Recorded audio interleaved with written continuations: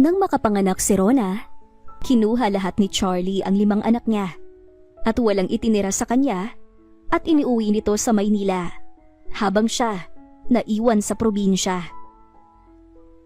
Matindi ang naging galit nito sa kanya dahil sa isang gabing nakita siyang may makasamang lalaki sa isang kwarto at wala itong kamalay-malay na set up yon para layuan at kamuhian siya ng asawa. At nagtagumpay ang babaeng ex-girlfriend nitong si Jessica. Pilit siyang bumangon, nagtrabaho hanggang umangat sa buhay.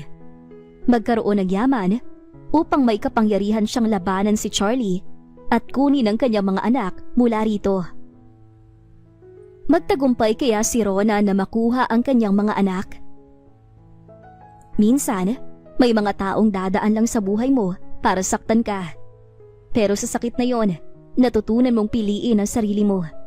Dahil hindi lahat ng dumarating ay para manatili. May ilan talagang dumating para masaktan ka at gisingin ang pusong matagal nang natutulog sa maling pagmamahal. Pero sa sakit na yon, natutunan mong mahalin ang sarili mo. Sila yung dumaang may dahilan sa buhay mo at umalis na may aral sa'yo. Katulad ni Rona, nagmahal, naghintay na mahalin ng taong akala niya kayang tugunan ang kanyang nararamdaman. Ngunit nagkamali siya. Dahil sa araw na yon, kinuha ni Charlie lahat sa kanya. Hindi lang ang kanyang mga anak, kundi para na rin itong pinatay ang puso niya. Dahil sa pagmulat ng kanyang mga mata, walang natira sa kanya maliban kay Inay Dolores na nagdala sa kanya sa ospital. Wala ang asawa at ang 5 anak. Umalis itong walang paalam na tanging sulat lamang ang naroon na nagsasabing kalimutan na niya ito at huwag niyang guguluhin pa. 1 linggo na ang lumipas simula nang makapanganak siya. Naka-incubator pa nga ang 5 bata. Paano yun nakuha ni Charlie? Tanda niya, bago siya isugod sa ospital, ay nagtatalo pa sila ni Charlie sa kasalanang di niya ginawa ng dahil kay Jessica. Bigla na lang sumakit ang kanyang tiyan. Saka lang pumasok sa kanyang isipan, nakabuwanan na pala niya. Dahil dito, isinugod kaagad siya ni Inay Dolores at Mang Ben sa ospital. Ni hindi siya sinamahan ng asawa. Talagang galit ito sa kanya. Rona anak! Hinawakan ni Inay Dolores ang kanyang isang kamay at marahang pinisil-pisil. Awang-awa ito sa kanya. Nasaan ang mga anak ko, Inay Dolores? Tanong niya na umaasang kahit isa sa kanyang mga anak ay masisilayan niya. Inilibot kaagad ni Rona sa loob ng kwarto ang kanyang mga mata. Subalit wala siyang nakitang Charlie. Si Inay Dolores ay umiyak muna bago umiling. Kagabi niya kinuha ang mga bata kasama si Jessica. Wala na ang mga anak mo, Rona. Inuwi ni Charlie sa Maynila. Umiiyak na sabi ni Inay Dolores. Sa narinig, mabilis siyang napabangon sa higaan. Pero agad siyang pinigilan ni Inay Dolores. Rona, hindi ka pa magaling. Baka nakakalimutan mo na. Kapapanganak mo lang. Pigil nito sa kanya. Hindi niya pwedeng ilayo sa akin ang mga anak ko, Inay Dolores. Wala siyang karapatang gawin sa akin to. Hindi! Nag-hysterical si Rona habang nais makawala sa pagkakahawak ng ginang na tagapag-alaga niya sa ospital. Paano nagawa ni Charlie sa kanya ang bagay na yon? Mas naniwala pa ito kay Jessica kaysa sa kanya na asawa niya. Pero bakit siya magtataka? Mahal nito si Jessica magpahanggang ngayon. Pinakasalan lang naman siya ni Charlie dahil nabuntis siya nito. Kukunin ko ang mga anak ko. Akin lang sila. Bitiwan niyo ako. Susundan ko si Charlie. Kukunin ko ang mga anak ko. Hagulhol ni Rona, pero tumawag ng nurse si Inay Dolores at tinurukan siya ng pampakalma, kaya naman muli siyang nanghina.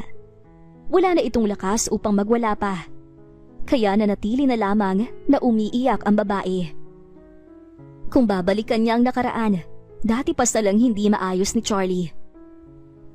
Katulong siya sa mansyon ng mga Cardiola. 16 siya nang maulila sa magulang dahil sa isang aksidente, kaya nahinto siya sa kanyang pag-aaral. At pagkatapos, nangatulong siya sa pamilyang Cardiola. Pinag-aral siya ni Doña Mercedes dahil naawa ito sa kanya, hanggang sa nakagraduate siya ng nursing.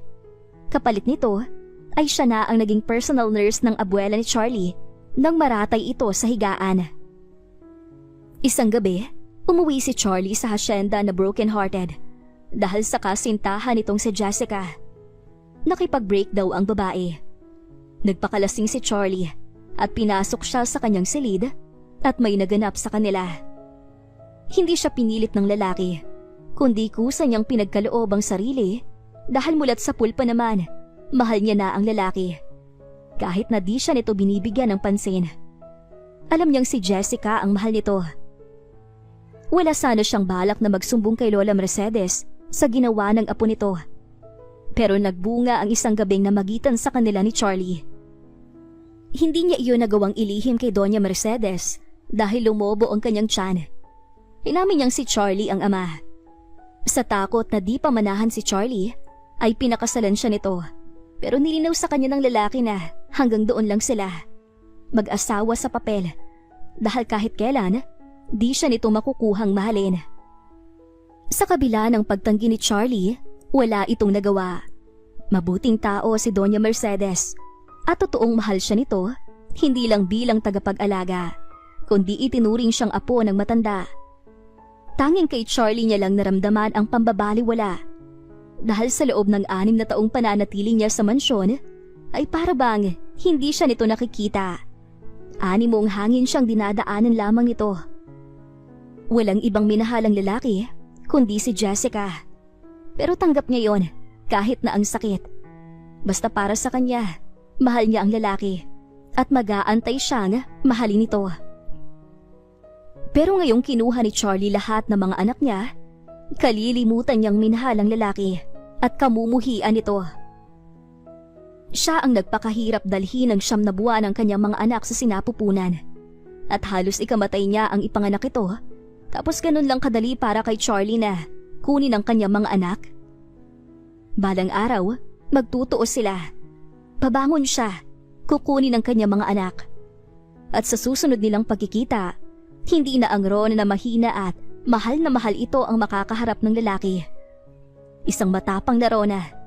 Isang ina na handang gawin ang lahat upang makuha lamang ang kanyang mga anak. Matapos lumabas ng ospital, nagpalakas si Rona. Kumain ng masustansya, nag-exercise para bumalik ang kanyang lakas. Sa kanya tinanggap ang offer ng kaibigang nurse na nagtatrabaho sa Middle East. 1 taon na itong nagtatrabaho doon at sumasahod ng 150,000 ang kanyang kaibigan. Kundi lang dahil kay Lola Mercedes, matagal niya nang tinanggap ang offer nito.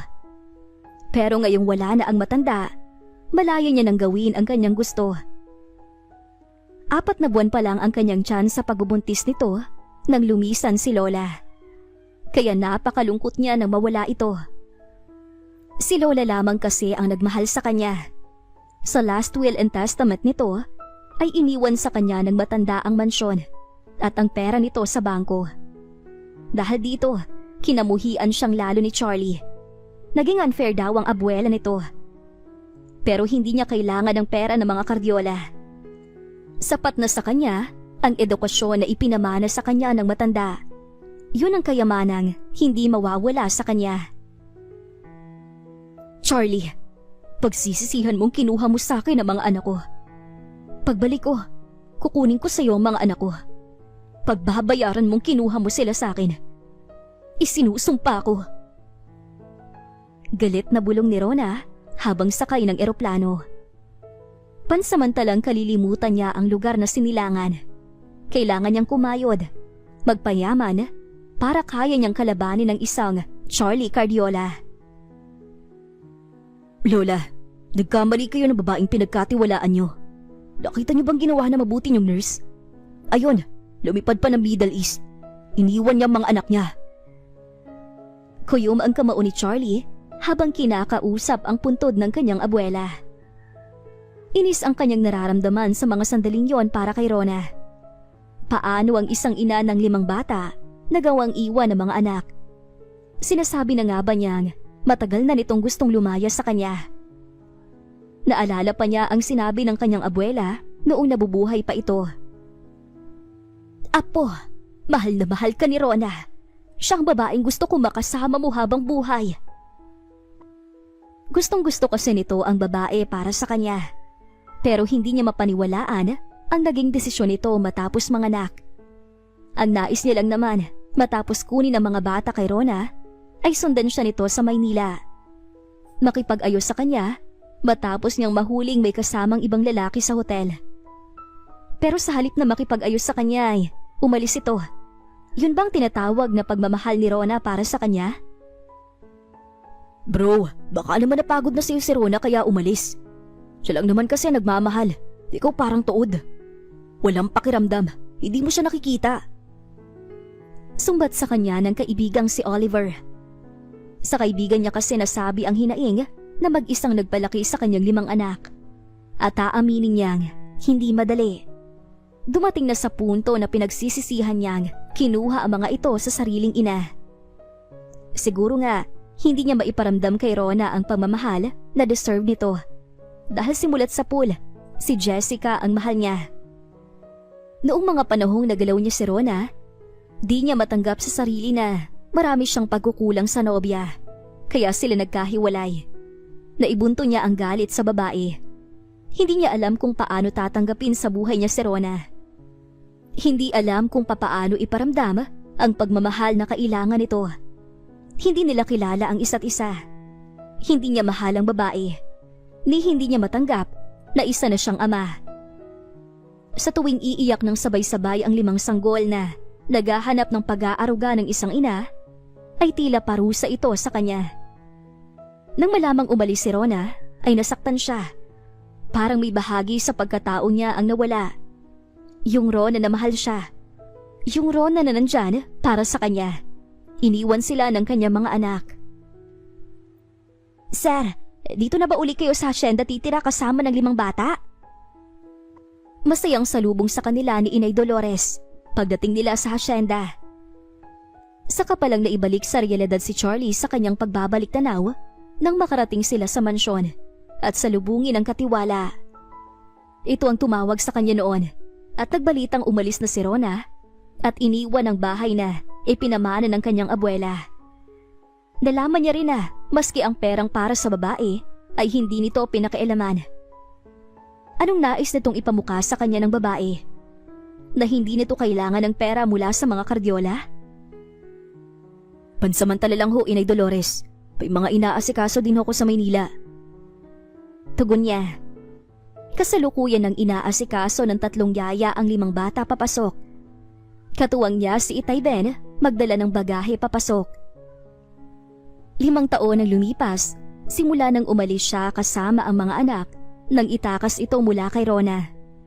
At 5 taon na rin ang kanyang mga anak at naghahanap na ng ina ang mga ito. Nagkakandahaba ang leeg ni Inay Dolores dahil hinahanap nito si Jessica. Nasaan po si Ma'am Jessica? Hindi niyo po ba kasama? Tanong nito. Napakunot ang kanyang noo. Bakit niyo naman ho naisip na isasama ko siya? Matagal na panahon na kaming hiwalay. Ani Charlie. Nasapo nito ang bibig. Ho! Siya pa nga nagsabi sa akin na magkasama kayong lumuwas ng Maynila at siya ang kikilalaning ina ng 5 bata. Bulalas ni Inay Dolores. Kaya nga nasaktan noon si Rona dahil sinabi ko ang katotohanan. Dagdag pa ng ginang.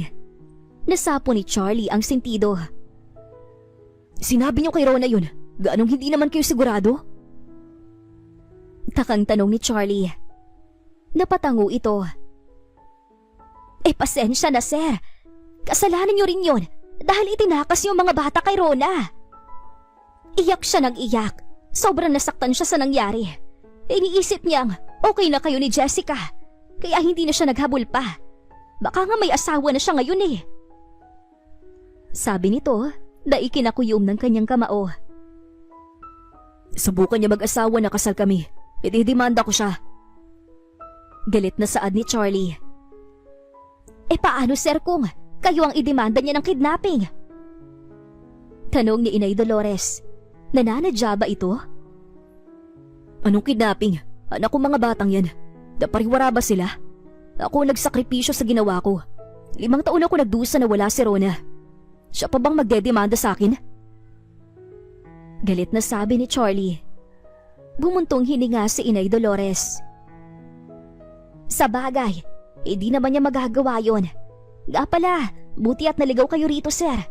Pinaayos nga pala ni Rona ang kanyang kwarto. Uuwi na kasi siya sa 1 linggo. Tatapusin niya lang ang kanyang kontrata. Nakangiting sabi ni Inay Dolores. Napamura si Charlie. You mean, may kontak ka kay Rona? Tumatawag siya sa'yo? Nagkakausap kayong dalawa? Magkakasunod na tanong ni Charlie kay Inay Dolores na di makapaniwala. Abay natural, sir. Siya ang nagpapasahod sa akin. Tugon naman ito. Fuck! Bakit di mo sinabi sa akin?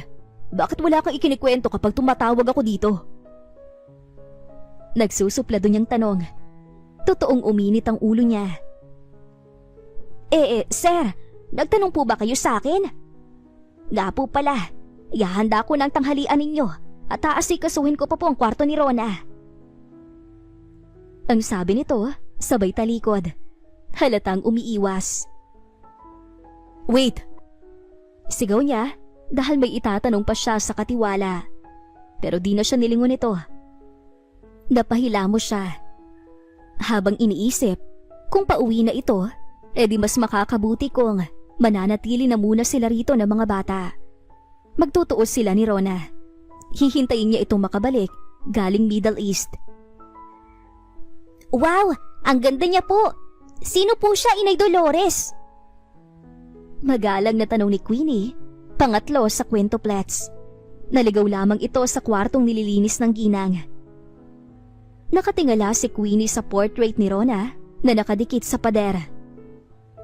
Ang portrait na yon ay ipinagawa pa ni Doña Mercedes sa ibang bansa at kuha ang larawan ni Rona noong nagdibo ito. Nakasuot ito ng mamahaling gown at napakaganda. Sabik sa anak na babae ang matandang si Mercedes dahil namatay sa sakit ang kapatid na babae ni Charlie. Labis nang ulila si Doña Mercedes, kaya naman nang dumating si Rona ay itinuring itong anak ang babae. Talagang maganda siya. Alam mo bang sa kanya ka nagmana? Kamukha mo ang mami mo. Walang preno ang boses ni Inay Dolores. Natigilan si Queenie. Siya pong mami ko? Biglang nanubig ang mga mata nito at bahagyang napanguwi ang labi na gustong umiyak.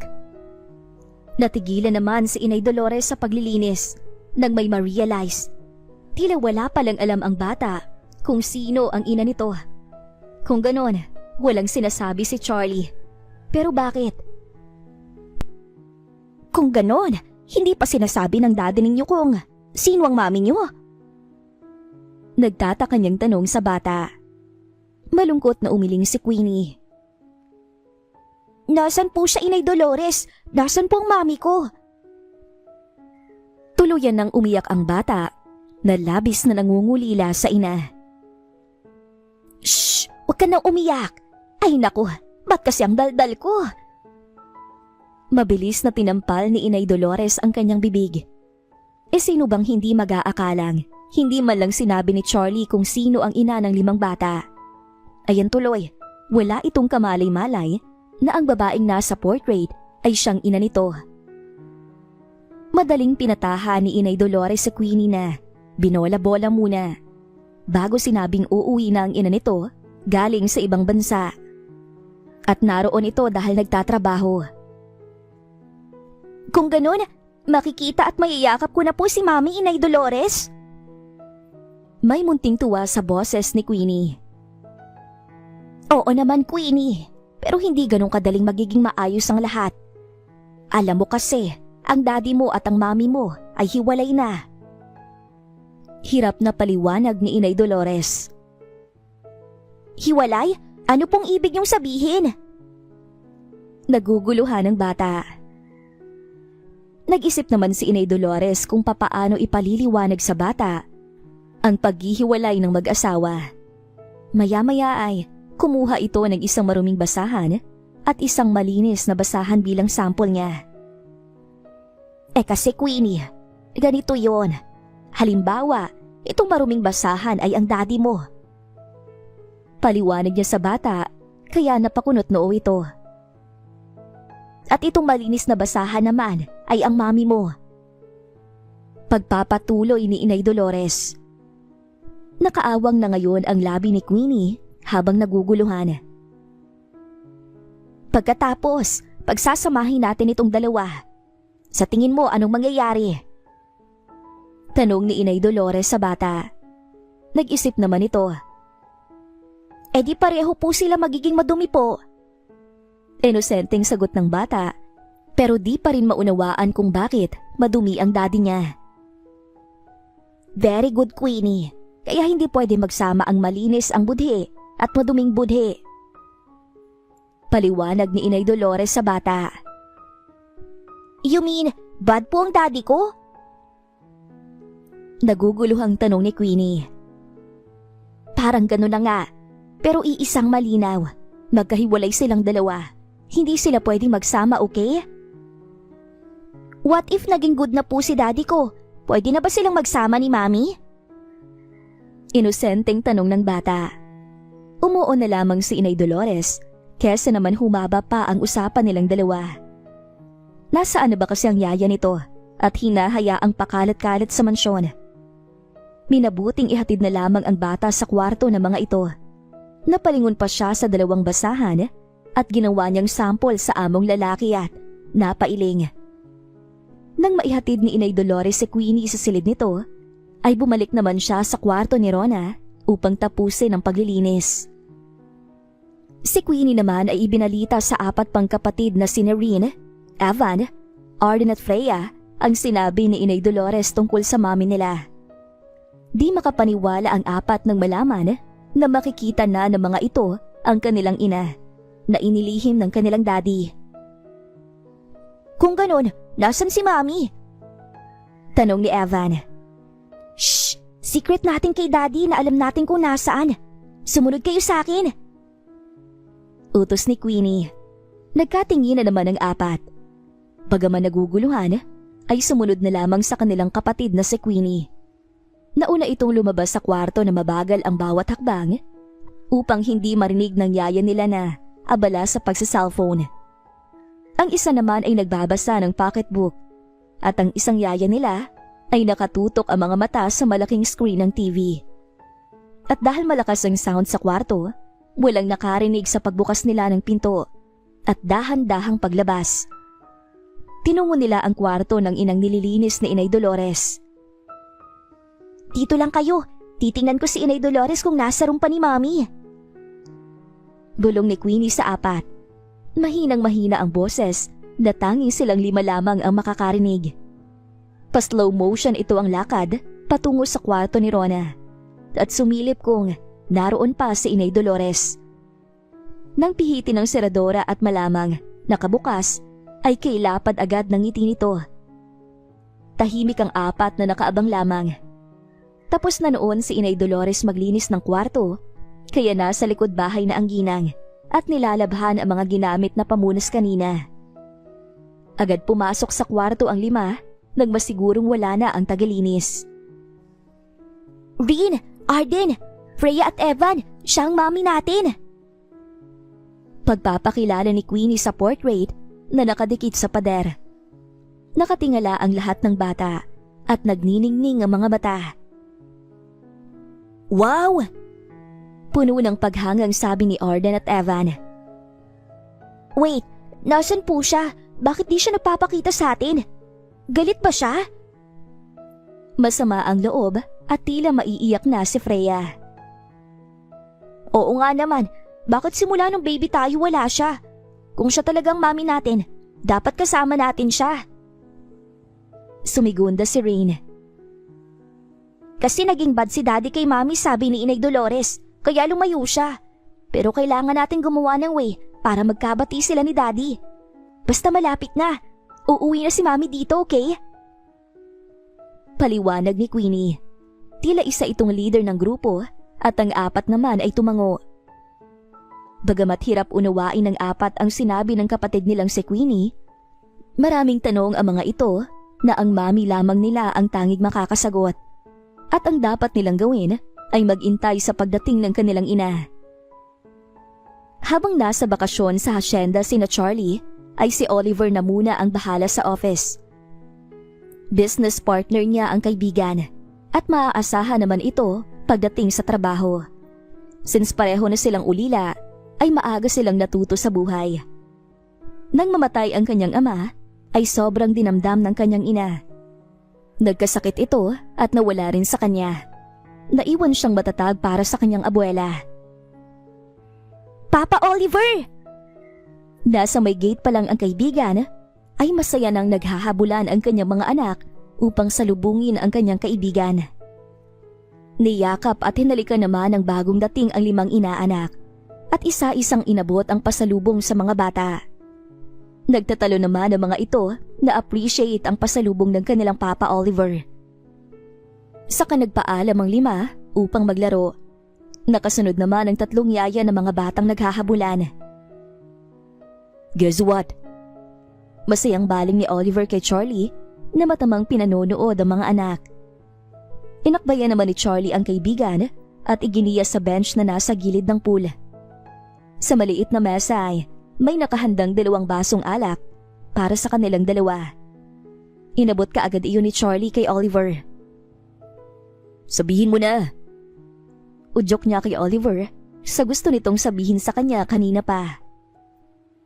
I had a new investors. Masayang pagbabalita ni Oliver. Sino?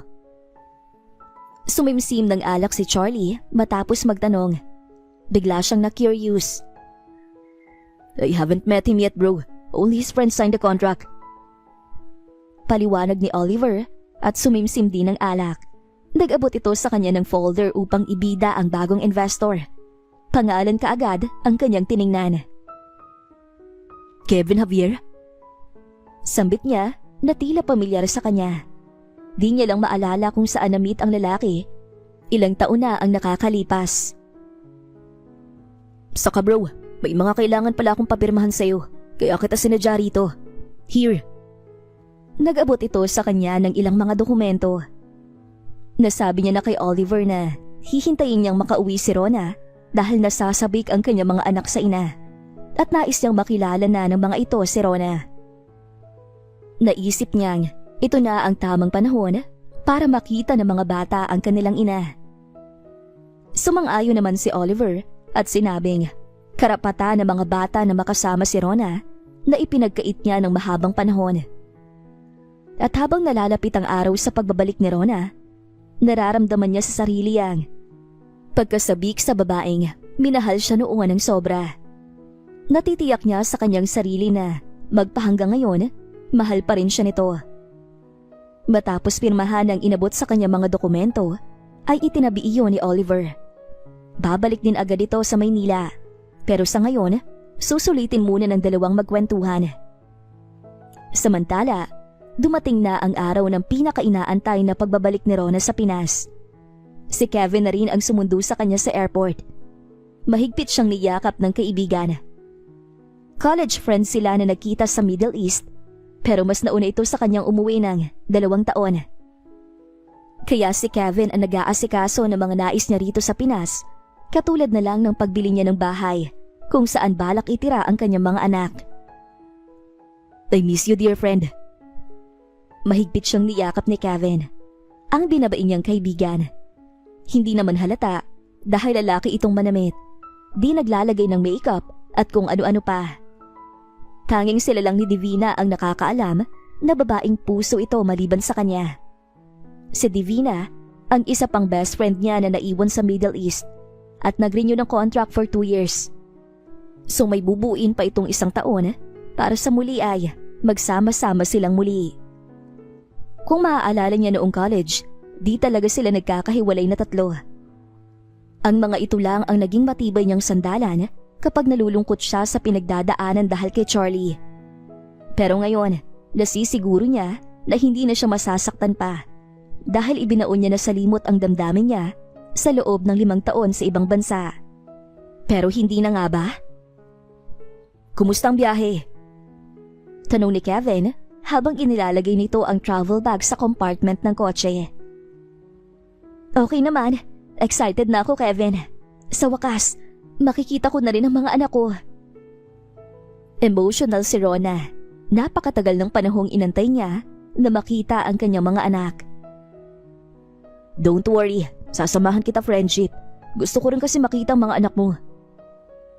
Saktong nasa driver's seat na si Kevin. Makikilala ka ni Charlie na nag-invest ng company niya. Hindi pa niya pwedeng malaman sa ngayon. Aniya habang naglalagay ng seatbelt. Marami siyang plano. Kasama na doon ang gamitin sa Kevin upang makapasok siya sa company ni Charlie bilang investors nito. Bukod sa nais niyang makuha ang custody ng kanyang mga anak, gusto niya ring maghirap si Charlie. Gusto niyang maranasan ito ang mawala ng lahat. Kinamumuhian niya ang lalaki sa ginawang pagkuha nito sa kanyang mga anak. Okay, iahatid na lang kita sa asyenda. Hindi na lamang ako magpapakita kay Charlie. Tawagan mo na lang ako kapag may ginawa siyang masama sa'yo. Bagaman nag-aalala si Kevin sa kaibigan na pupunta itong mag-isa sa hasyenda, ay wala itong magagawa. Pagdating sa munting tahanan na katas ng kanyang pinaghirapan sa ibang bansa, ay binalot siya ng kaligayahan at pangungulila sa kanyang mga magulang. Kaligayahan dahil natupad niya na ang isang bagay na nais nilang noon sa buhay. Lumaki siyang salat dahil sa kahirapan, bagaman puno ng pangarap. Noong buhay pa ang kanyang mga magulang, pangarap niyang tumira sa malaking bahay na puno ng karangyaan. Pero nawala ang mga ito na hindi niya nabigyan ng katuparan. Pero ngayon ay wawakasan niya na ang pangungulilang yon dahil makakasama niya na ang mga bata. Matapos maipasok ang kanyang mga gamit sa loob ng bahay, ay nagbihis lamang siya. Kahit wala ng pahingay, gusto niya nang magbiyahe para makita ang kanyang mga anak. Nagpahatid lamang si Rona kay Kevin sa terminal ng bus at tinungo niyang mag-isa ang hasyenda. Good luck, best friend. Bago sila naghiwalay ni Kevin ay sabi nito. Tumango lamang siya at pumasok na sa loob ng bus. Isang buntong hininga ang kanyang pinakawalan. Dasal ni Rona na hindi siya matalo ng kanyang damdamin kay Charlie at mapagtagumpayan niya ang kanyang mga plano. Isang sasakyan ang huminto mismo sa tapat ng malaking gate ng mansyon. Bumaba ang lula nito at iniutos sa driver na kunin ang bagahe sa compartment ng kotse. Isang matamis na ngiti ang sumilay sa mga labi ng babae bago tinanggal ang dark sunglasses. Ang babaeng yon ay walang iba kundi si Jessica. Nandito siya para maghasik ng kasamaan sa nalalapit na pagsasama ng mag-asawa. Inagaw ni Rona sa kanya si Charlie. Pwes, hindi niya rin hahayaang maging masaya ang dalawa. Manong, tatawagan na lang kita kung kailan ko gustong bumalik ng bahay. Makakaalis ka na. Utos ni Jessica ng balingan ang may edad na lalaki. Opo, ma'am. Magalang na saad ng driver bago bumalik sa loob ng sasakyan at nagmaniobra. Ngumiti naman si Jessica habang sinusundan ng tingin ang papalayong sasakyan bago siya nag-doorbell. Isang may edad na babae ang nagbukas sa kanya. Si Inay Dolores iyon na napatanga ng makilala ang impaktang babae. Ito lang naman ang naging rason kung bakit naghiwalay ang mag-asawa. Hi, it's me, Jessica. Can I come in? Gusto kong makausap si Charlie. Nakangiti ang babae pero halatang plastic. Walang Charlie na nakatira dito. Baka sa kabilang baryo. Sagot ni Inay Dolores na malakas na pinagsarhan ng pinto ang bagong dating. Halos mabingi pa siya sa lakas noon. Buwisit na matanda, humanda ka sa akin. Nagngingit-ngit si Jessica na kinalampag ang bakal na gate. Inay Dolores, sino yan? Saktong narinig ni Charlie na kinakalampag ng kung sinong tao sa labas ng gate. Wala yun, sir. Pulubi po, namamalimos. Sagot ng ginang at tumalikod na, iniwan ng amo. Nagtataka namang sinundan ito ng tingin ni Charlie. Namamalimos ng ganitong oras? Maya-maya ay narinig niyang kinakalampag na muli ang gate. Di kaya bumalik yung pulubi? Hindi sana niya pagbubuksan, pero naiingayan siya sa bawat kalampag ng pinto mula sa labas. Pero napadta siya na makilala kung sino ang nakatayong kumakatok. Jessica? Natitigilan niyang tanong, hindi makapaniwalang nasa harapan ang ex-girlfriend na matagal nang hindi nagparamdam sa kanya. Charlie! Galak na yumakap si Jessica kay Charlie na ikinatulala naman ng lalaki, pero agad din namang itinulak. Jessica, anong ginagawa mo dito? Inis niyang tanong. Sinabi ni Inay Dolores na ngayon ang balik sa Pinas ni Rona at nag-aalala siyang makita nito si Jessica. Pero sa bagay, malalaman niyang mahal pa siya nito kapag nagselo si Rona kay Jessica. Tama, good timing si Jessica dahil alam niyang sa mga sandaling yun ay parating na si Rona. Pinatuloy niya ang dalaga sa loob. Nagpasalamat ito, pero di alam ng babae na gagamitin niya si Jessica upang pagselosin ng asawa. Tingnan niya lang kung di ito magkaawang bumalik sa kanya. Salamat Charlie, akala ko talaga wala ka ng damdamin para sa akin. Nagkamali ako. Narealize kong mahal pala kitang totoo. Madramang saad ni Jessica. Hindi na natin maibabalik ang dati, Jessica. Maging magkaibigan na lang tayo. Patutuloyin kita bilang bisita dito. Pero lilinawin ko lang sa'yo. Pwede kitang paalisin anytime na gustuhin ko. Seryoso namang sabi ni Charlie. Iyon kapag napatunayan niyang mali ang hinala niya noon kay Rona na may kasama itong lalaki sa hotel. Baka mapatawad pa niya ang asawa. Alam kong may katiting ka pang nararamdaman para sa akin, Charlie. Kailangan ko lang gisingin yon. Bulong sa isipan ni Jessica. Habang papasok ang dalawa, nakita ng 5 bata ang babae na kasama ng kanilang daddy. At alam ng mga ito na hindi yon ang kanilang mommy dahil malayong malayo iyon sa itsura ng nasa portrait. Nagkatinginan ng mga ito. Nag-uusap-usap ang mga mata. Kumibot-kibot pa ang labi ni Queenie. Kalaunan ay bumukas ang gate at isang magandang babae ang iniluwa ng pinto. Doon nabaling ang tingin ng mga bata at sabay-sabay na nagliwanag ang kanilang mga mata dahil si Rona ang dumating na nakilala agad ng 5. Sa pinto pa lang ay kita na ni Rona ang kanyang mga anak na kay gaganda at gwapo. Hindi man niya ito natutukan sa kanilang paglaki, ay agad itong nakilala ng kanyang puso. Agad naramdaman ang matinding pananabik. Totoo nga ang sinabi ni Inay Dolores na nasa hasyenda ang kanyang mga anak. Hindi na mahalaga sa kanya kung araw-araw niya makita si Jessica at Charlie. Iisa lang naman ang sadya niya rito, ang 5 anak. Mommy! Bulalas ng 5 paslit ng sabay-sabay pagkakita sa bagong dating. Napangiti naman si Jessica na mapagkamalan siyang mommy ng mga bata. Malaking bagay iyon para sa kanya na mas lalong masira ang mag-asawa. Makukuha niya ang loob ng mga ito. Ngumiti siyang pilit at ibinuka ang kanyang mga bisig upang salubungin ang naghahabulang mga bata palapit sa kanya. Pero napatanga siya nang lagpasan lamang siya nito at tuloy-tuloy sa likuran ng mga bata. Si Charlie ay napalingon din sa nakitang excitement sa mga mata ng bata. Saktong pagpasok iyon ni Rona. Napaawang ang labi niya.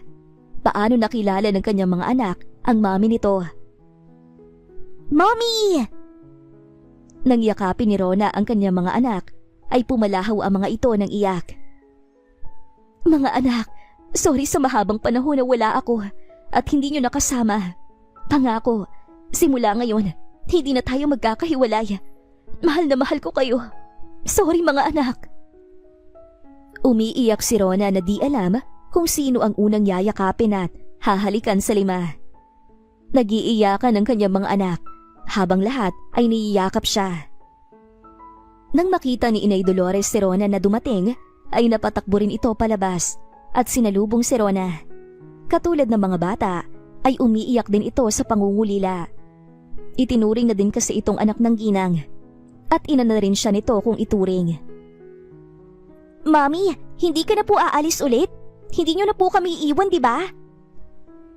Sabi ni Queenie na bagaman di pa kilala ni Rona ay siyang nag-introduce sa sarili. Nagpakilala na rin ang iba pa nitong kapatid. Habang nagaganap ang drama, ay nakaismid naman si Jessica. Inip na inip sa kaganapan ng mag-iina. Maya-maya ay lumapit si Queenie sa daddy nitong nanunood lang. Mami, siya po ang daddy namin. Inilapit ni Queenie ang daddy nito at kinuha ang kamay ni Rona. Saka pinag-shake hands ang dalawa. Nagpapahid na noon si Rona ng kanyang mga luha na natitigilan habang nakatitig sa lalaking akala niya hindi na mahal. Pero sa lakas ng kabog ng dibdib niya ngayon at iisa ang isinisigaw nito. Pero dahil nanunood sa kanila si Jessica, ay binawi niya ang kanyang palad na hawak nito at binalingan ang kanyang mga anak. Sinabing pumasok na sila sa loob. Kasunod nila si Inay Dolores na dala ang kanyang mga bagahe. Hindi makapaniwala si Charlie na napasunod ng tingin kay Rona. As in, dadma siya nito. Ni hindi man lang siya sinulya pa ng asawa. Mukha ba siyang invisible? Hindi ito yung Rona na kilala niya. Yung Rona na palaging kinukuha ang atensyon niya. Malalaki ang kanyang naging hakbang para sumunod sa loob. Charlie! Tawag ni Jessica. Hindi mo man lang ba dadalhin ang bag ko? Pahabol na tanong nito pero tila walang narinig ang lalaki. Tuloy nagmamarcha sa inis na pumasok na lang sa loob si Jessica na inimbita ang sarili. Mami, nagustuhan mo ba ang room niyo po? Kami naglagay ng fresh flowers para sa inyo. Masayang wika ni Freya. Thank you anak. Kayong 5 rason kung bakit ako bumalik ng Pinas. Bukas, uuwi tayo ng Maynila. Gusto niyo bang sumama sa akin? Isa-isang pinaupo ni Rona ang kanyang mga anak sa gilid ng kama para makausap niya ng maayos. Walang sawa niya itong tinitigan. Si Inay Dolores naman ay nag-aayos ng damit ni Rona sa cabinet. Sinenyasan nito ang mga bata na huwag pumayag na bumalik ng Maynila kaagad. Yes, Mami. Payag kami syempre. Pero gusto namin kasama si Daddy. Si Rina ang nagsalita. Ako din po, Mami. Gusto ko si Daddy kasama. Sabi naman ni Freya. Miss na miss ka na po ni Daddy. Nalulungkot po siya habang nagtatrabaho ka po sa malayo. Madramang wika ni Queenie. Si Charlie naman ay nakasilip sa bahagyang nakaawang na pinto. Wala itong lakas loob na pumasok. Gusto niyang makausap si Rona ng sarilinan, pero hahayaan na muna niya itong makapag-usap ng kanyang mga anak. Alam niya sa sariling matagal nang nais makasama ng kwintuplets ang ina ng mga ito. Si Jessica naman ay inis na nagpaplano para sa pamilyang kanyang sisirain. At para mawala ng tuluyan sa landas niya si Rona, bakit hindi niya lasunin? Nagliwanag ang mukha ni Jessica sa tumatakbo sa kanyang isipan. Paglabas ni Inay Dolores, nakita niya si Charlie na nasa labas habang seryoso pa ding nag-uusap ang mag-iina sa loob ng kwarto. Sir, bakit di kayo pumasok sa loob? Daig niyo tuloy yung magnanakaw dyan sa labas. Niluwangan ni Inay Dolores ang pinto para mapansin ni Rona ang lalaking nakatayo sa labas. Mukha namang ayaw ko makita ni Rona. Sabi ni Charlie. Aba sir, siya pa bang lalapit sa'yo? Natural ikaw ang may kasalanan sa kanya. Dapat lang na humingi ka ng tawad. Ako na nga nagsabi sa mga bata kung sino ang mami nila. Kung di ko pa ginawa yon, baka napagkamalan pa yung bisita mo. Nang mabanggit nito ang bisita niyang si Jessica, ay umasim ang mukha ni Inay Dolores. So ikaw palang nagsabi sa mga anak ko na si Rona ang mami nila? Bakit hindi mo malang ako hinayaan na gawin yun para sa mga anak ko? Alam mo bang susurpresahin ko sana sila kanina? Ako magpapakilala sa kanila sa mami nila, pero ibang nangyari. Nainis na sabi ni Charlie. Ay sus!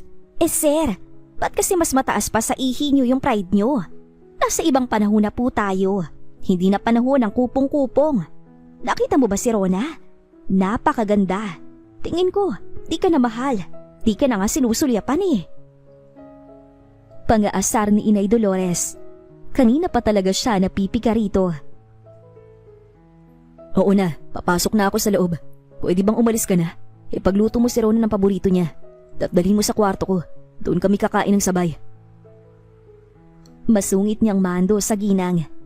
Tumalima naman kaagad ito, pero nginitian muna siya at patulak na ipinasok sa loob ng kwarto at ito pa ang nagsara ng pinto. Halika, Daddy! Sabihin niyo po kay Mami na gusto mong sumama sa amin sa Maynila. Pagpasok niya ng kwarto, agad siyang nakita ni Queenie. Mabilis siyang nilapitan at hinila patungo sa ina nito. Saka pa nag-angat ng paningin si Rona. Nagtama ang mga mata nila at basa pa yon sa luha. Ganun man ay naroon ang kasiyahan na sa wakas nakita na nito ang mga bata. Nag-iba ang anyo nito at seryosong sinulyapan ng 5. Mga anak, mag-uusap muna kami ng daddy nyo. Sa kwarto na muna kayo, okay? Ani Rona at nginitian ng mga anak. Hinaplos isa-isa ang buhok ng mga ito at niyakap na tila basabik pa rin. Sinundan nito iyon ng tingin hanggang sa makalabas ng pintuan bago siya binalingan. Malalaki ang hakbang na nilapitan siya at marahas na sinampal sa muka. Dama niyang nanginig ang palad nito ng 2 beses. Nang pangatlong beses na sana siya nitong sasampalin, ay marahas niyang pinigilan ang kamay ng asawa. Bakit, Charlie? Bakit? Bakit mo kinuha sa akin ang mga anak ko? Anong karapatan mong gawin yon? 5 taon, wala sila sa tabi ko. 5 taon akong nangulila sa kanila. Masaya ka na ba sa ginawa mo sa akin? Ha? Galit at pigil ang malakas na boses ni Rona habang namamalisbi sa kanyang pisngi ang luha. Nang pumiglas siya sa pagkakahawak ni Charlie at binayo ang dibdib nito, ramdam ni Charlie ang magkahalong galit at sama ng loob ni Rona sa mga sandaling yon. Kaya hinayaan niya at tinanggap na lamang ang nais nitong gawin sa kanya kung yon ang kabayaran ng kanyang kasalanan na ginawa noon. Gusto niyang humingi ng tawad pero walang nanulas sa mga labi niya. Nang mapagod ito ay napasalampak sa sahigang asawa habang humahagulhol ng iyak. Hindi kita mapapatawad sa ginawa mo sa akin, Charlie. Kukunin ko ang mga anak ko. Gusto kong maramdaman mo rin ang ilang taon na wala sila sa tabi mo. Sigaw na nito. Hindi ako papayag, Rona. Saka pa siya nakapagsalita. Wala kang magagawa, Charlie. Kung magmamatigas ka, maghaharap tayo sa husgado. Ilalaban ko ang karapatan ko sa kanila. Matapang na sabi ni Rona habang kinakalma ang sarili sa pag-iyak. Naging matapang na ang boses nito ngayon. Nagitla si Charlie sa narinig. Pag-usapan natin ng maayos to, Rona. Giit ni Charlie. Bakit? Nung panahong kinuha mo sa akin ang mga anak ko, nakipag-usap ka ba sa akin ng maayos? Ha? Hindi mo ginawa. Kaya ngayon, kukunin ko sila at hindi mo ko madadala sa diplomasya. Ilalaban ko ang mga anak ko. Nahalinha ng galit ang boses ni Rona. Saka lang napagtanto ni Charlie na ibang Rona na ang kausap niya. Maingat na tinungo ni Jessica ang kusina upang isagawa ang planong lasunin si Rona para mawala na ito ng tuluyan sa landas niya. Anong ginagawa mo dito sa kusina? Gulat na tanong ni Inay Dolores pagkakita sa babae. Kahit si Jessica ay nagulat sa pagsulpot ng ginang. Galit na galit ang hitsura nito. Ipaghahanda ko lang ng hapunan si Charlie. Palusot niya at itinago sa kanyang likuran ng maliit na bote ng lason. Huwag na huwag kang papasok ditong impakta ka. Wala akong tiwala sa'yo. Baka mamaya, lasunin mo ang mga alaga ko. Lumayas ka rito. Labas! Inis na utos ni Inay Dolores sa babae na itinuro ang pinto ng kusina. Naiinis na tiningnan ito ni Jessica. May araw din sa kanya ang babaeng ito. Napilitan na lamang siyang tumalikod. Sa kabila ng nangyari sa pagitan ng mag-asawa kanina, ay sabay-sabay silang naghapunan. Pinilit ni Rona na maging maayos sa harapan ng kanyang mga anak at sa babae ni Charlie. Masakit para sa kanya na patuloy pa rin palang may relasyon ng dalawa, kaya di na niya kailangan magsalita pa. Sinabi ni Inay Dolores noon na kasama si Jessica nang itakas ang kanyang mga anak na dalhin sa Maynila. At pinatunayan lang ng lalaki na manloloko ito. Mami, bakit po kayo nag-aaway ni Daddy? Nagugulumihan ang tanong ni Freya habang nililinis niya ito. Ngayong kasama na ang mga anak, ay siya na ngayon na nag-aasikaso sa mga ito mula paggising hanggang sa pagtulog. Nasa tub ang 5 anak at pinaliliguan niya, kaya naman pati siya ay naligo na rin. Maliit pa kasi kayo anak, hindi niyo pa naiintindihan na nangyayari sa amin ng daddy niyo. Paliwanag niya at isa-isang sinulya pa ng mga ito. Sinabi ni Inay Dolores, bad si daddy sa'yo. Totoo po ba yun, mami? Singit ni Queenie. Hindi totoo yun. Natural lang sa amin ng daddy niyo ang di pagkakaunawaan. Maraming bagay kaming dapat ayusin at pag-usapan. Pero kahit anong mangyari, nandito kami para sa inyong mga anak. Wika niyang emosyonal. Nagkatinginan ng mga ito. Tila nag-uusap-usap sa pamamagitan ng mata. Mommy, ngayong gabi, pwede po ba tabi-tabi tayo matulog? Kami at si Daddy? Tanong ni Ren. Oo nga po, Mami. Ang tagal ka na po namin di nakita at nakasama. Sana po, pagbigyan niyo kami. Segunda ni Arden. Natigilan si Rona. Matapos ang nangyari kanina sa kanila ni Charlie, wala pa silang maayos na usapan. At hindi na sila magiging maayos dahil galit at hinanakit ang nasa puso niya. Pero alang-alang sa mga anak niya, sinulyapan niya ang mga ito na nag-aantay ng kanyang sagot. Sige mga anak, payag si Mami na magkakatabi tayong matulog ng daddy niyo. Wika niya para mabigyan ng kasiyahan ng mga ito. Yehey! Kuro ng lahat na napuno ang malawak na banyo ng hagikik at sigaw sa saya. Maliit na bagay kung tutuusin, pero at least napagbigyan niya ang mga anak dahil bukas dadalhin niya na sa Maynila ang mga bata at walang magagawa si Charlie. Matapos maligo at magbihis, isa-isa niyang pinatuyo ang buhok ng mga anak. Kakausapin ko lang ang daddy niyo. Pinahiga niya na rin ang mga ito bago lumabas ng silid. Dumiretso muna siya sa kanyang silid at sa pinto, nadatnan niya si Jessica na talagang inaabangan siya. Malayo pa ay masama niya na itong tiningnan. Ang kapal din naman ng mukha mo para bumalik pa rito, Rona. Matapos mong matulog sa hotel kasamang isang lalaki, nagmamalinis ka ngayon kay Charlie? Hindi ko hahayaang maging masaya kayong dalawa. Galit nitong sabi sa kanya. Mas makapal ang mukha mo dahil ang lakas ng loob mong pumasok sa pamamahay ko. Pasalamat ka at may natitira pa akong respeto sa sarili ko bilang kabit ka ng asawa ko. Inis niyang patutsyada. Marahas siya nitong sinampal na ikinagulat niya. Tandaan mo, Rona, wala pang nangiinsulto sa akin. Baka hindi mo ko kilala. Duro nito sa kanya. Huwag mo kong duduruing malandi kang babae ka. Marahas niyang hinawakan ang daliri nito at pinilipit. Nagdilim ang kanyang paningin dahil sa galit ay hindi na malayang inuuntog niya na pala sa pader ang babae. Nagsisigaw ito sa sakit. Pilit gustong kumawala sa pagkakasabunot niya pero wala siyang pakialam. Bibigyan niya ng leksyon ng babaeng sumira sa kanya. Namalaya na lang ni Rona nang may malakas na brasong umawat sa kanya at si Charlie yon.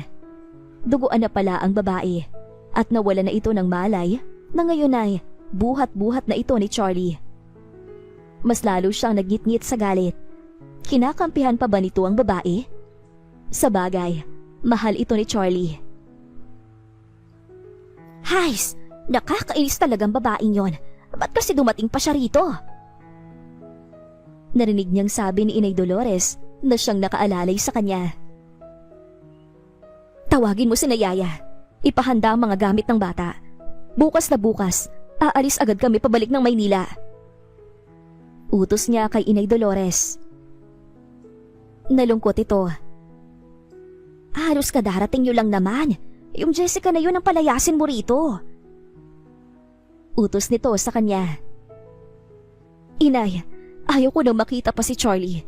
Baka anong magawa ko sa kanya? Inis niyang sabi. Malungkot na tumingin si Inay Dolores sa nasasaktang si Rona. Kailan pa ba ito magiging masaya? Sasama ako, Rona. Mababaliw ako dito mag-isa. Pakiusap niya. Kayo po ang bahala. Bago tumalikod, ay wika niya. Tumuloy si Rona sa kanyang kwarto at tinawagan si Kevin upang magpasundo bukas na bukas. Pumayag naman kaagad ang lalaki. Pagbalik niya ng kwarto ng mga anak ay tulog na ang mga ito. Naawa siya sa mga bata na hindi napagbigyan sa munting kahilingan kanina. Isa-isa niyang hinagka ng mga ito at siya na lamang ang tumabi sa pagtulog. Sa ospital ay gising na si Jessica kinabukasan. Naroon si Charlie na inaantay siyang magising. Charlie, salamat. Nakangiting sabi ni Jessica. Pinaayos ko na mga gamit mo, pati bills mo rito sa ospital.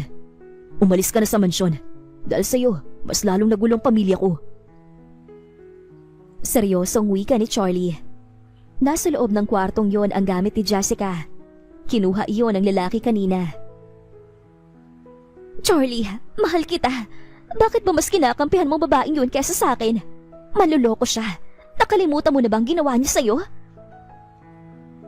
Nagdadramang sabi ni Jessica. Naisip ni Charlie na maling pinatuloy niya si Jessica sa mansyon. Hindi lang yon pinagmula ng selos kundi gulo. Ang nais niya ngayon na pagtuunan ng pansin ay kung paano pa siya matatanggap ni Rona. Mahal ko si Rona at nagsisisi ako na bas pinaniwalaan kita noon. Oras na lumapit ka pa sa asawa ko, ipakukulong kita Jessica. Kaya kalimutan mo na ako at ang nakaraan natin. Ano man na nagawa ng asawa ko noon, kung totoo man yun, pinatatawad ko na siya. Ang gusto ko lang ngayon, maging maayos kami. Pagkasabi nito ay tumalikod na si Charlie. Naiwan ng gagalaiti si Jessica sa galit. Tinanggal nito ang dextrose na nakasabit sa kamay niya at akma sanang hahabulin ng lalaki subalit may dalawang nurse na pumigil sa kanya. Tinurukan ito ng pampakalma at ibinalik sa higaan. Nangingipuspos sa galit ang babae pero wala itong magawa ng muling makatulog. Isang linggo na ang lumipas na di alam ni Charlie kung saan hahanapin ang kanyang mag-iina. Hindi niya na naabutan pa ang mga ito sa bahay pagkagaling niya sa ospital. Wala rin si Inay Dolores. Sa araw na yun mismo ay umuwi siya ng Maynila upang hagilapin ang mga ito. Pero sa lawak ng kamay nilaan, saan siya magsisimulang maghanap? So, nararamdaman mo na ngayon ang naramdamang pangungulila ni Rona noon sa ginawa mo sa kanya? React ni Oliver nang malaman ang ginawa ng asawa sa kanya. Humingi na siya ng tulong sa kaibigan sa paghahanap sa kanyang mag-ina. Isang linggo nang wala sa tabi ang kanyang mga anak, para na siyang mababaliw sa sobrang katahimikan sa tuwing uuwi ng bahay. Sa narinig niya, ay masama niya itong tiningnan. Kaibigan ba talaga kita, Oliver? Inis niyang tanong. Umismi dito. Bro, tinawagan mo ako at pinapunta dito sa office para humingi ng pabor. Kaya tanggapin mo lahat ng sasabihin ko. Once na makita ko ang mag-iina mo, you should promise me na hindi mo sasayangan ang pagkakataon na to para humingi ng tawad kay Rona. Sabi ni Oliver. Napabuntong hininga si Charlie. Biglang naging seryoso ang mukha nito na tila inaalala ang mga anak. Mahal ko si Rona, bro. Kaya nga gusto ko siyang makita para humingi ng tawad sa kanya. Nagkamali ako sa ginawa ko noon. Ngayon ko lang na-realize na maling-mali ang ginawa ko. Saad niyang malungkot. Natigilan itong tumingin sa kanya. Hindi pa huli ang lahat, Charlie. Malay mo, mapatawad ka pa ni Rona kung sincere ka sa paghingi ng tawad sa kanya. Kahit siguro lumuhod ka sa kanyang harapan, gawin mo lang, alang-alang na rin sa mga anak niyo. Tapik ni Oliver sa balikat nito. Gagawin ko, pero kailangan ko muna siyang makita. Please, tulungan mo ko, Oliver. Hirap nitong sabi. Nakadama ng awa si Oliver sa kaibigan dahil halatang nangungulila ito sa mga anak. Hindi sanay si Charlie na mawalay sa tabi nito ang mga bata. Sa tingin niya ay hindi lang basta sinadya ni Rona na ilayo ang mga bata sa kanyang kaibigan, kundi bugso iyon ang damdamin. Nagkamali si Charlie na pinagselos pa nito si Rona dahil lalo lamang dinagdagan ni Charlie ang matinding galit ng babae para sa asawa. Kaya ang ending, nauwi sa gera ang lahat. Okay bro, I promise, tutulungan kitang makitang mag-iina mo. Basta ang usapan natin ay usapan na. Nangako naman si Charlie sa kaibigan na gagawin ang lahat para lang magkaayos sila ni Rona. Kapag nakita na nila ito, hindi siya maghihintay lang kung kailan ito matatagpuan ni Oliver, kundi tutulong siya sa paghahanap. Miss na miss niya na ang mga bata. Samantala, sinusulit naman ni Rona na makasama ang kanyang mga anak. Nasa isang sikat na resort sila ngayon upang magbakasyon kasama ang kaibigang si Kevin. At may 3 araw na sila rito. Hay, wala na talagang sasaya pa ngayong nasa yun ang anak mo, best friend. Ani Kevin, napakending-kending tumabi sa kanya sa mahabang bangko. Nasa loob sila ng cottage habang nagpe-prepare ng makakain. Ang kanyang mga anak naman ay kasama ang 3 yaya na nagtatampisaw sa dagat. Ilang oras din silang naghabulan sa gilid ng dalampasigan kanina nang maisipan munang mag-prepare ng makakain ng mga bata. Katuwang si Inay Dolores. Ito talaga yung araw na pinakaiintay ko, best friend. At hindi ko hahayaang makalapit pa si Charlie sa mga anak ko. Sabi niya habang nakatanaw sa mga batang nasa mababaw na parte ng dagat. Nagpunas ito ng buhok gamit ang malinis na towel bago kumuha ng damit at nagbihis. Habang siya ay nananatiling nakasuot ng swimsuit na pinatungan lamang ng manipis na tela. Pero litaw pa rin ang magandang hubog ng katawan. Kaya di maiwasan ng mga ilang kalalakihang mapatingin kay Rona na akala mo walang 5 anak. Di mo siya mapipigilan, best friend. Baka nga ngayon pa lang, nagpakalat na yun ng tao para hanapin kayo. My God, friend, afraid ang beauty ko. I'm sure, galit na yun ngayon. Palatak nito. Ang sabihin mo, nagpapakalunod siya ngayon sa kandungan ng babae niya. Irap niyang naiinis. Para sa kanya, kulang pa yung inuntog niya sa pader ang babaeng makapalang muka. Sana pala, binura niya ang mukha nito ng madala. Hindi sa kinakampihan ko siya, friend, no? Di mo ba narinig ang sinabi ni Inay Dolores? Yung time na dumating ka sa asyenda, siya ring pagdating ng bruha. I'm sure, plano ng babaeng yung sirain kayo noon pa. Like, ginawan ka niya ng kasalanan para magalit sa'yo si Charlie. Naghihinalang wika ni Kevin. Napaisip siya, pero umiling din kalaunan. Nagpaliwanag siya kay Charlie na mga panahong yon, pero di siya pinakinggan. Nangyari lang naman yon sa sobrang pagmamahal niya sa lalaki. Sinusundan niya ito kahit na saan ito magpunta. Alam niyang sa mga sandaling yon, may nagpatulog sa kanya. At nagising siyang nasa hotel kasama ng isang lalaki. At saktong nasa harapan niya na si Charlie at Jessica. Frame up yon. Pagkatapos nun, walang araw na hindi siya kinasuklaman ni Charlie. Kahit na wala siyang karelasyon, pilit nitong idinidiin sa kanya. Kasabwat ni Jessica ang lalaking yon. Kaya ngayon, yun ang kanyang aalamin. Kapag napatunayan niyang si Jessica ang may gawa para i-frame up siya, luluhod ito sa kanyang harapan na nagmamakaawa.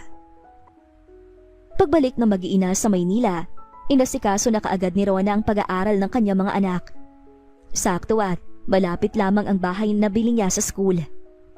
Siya na rin ang bahalang maghatid sundo sa kanyang mga anak.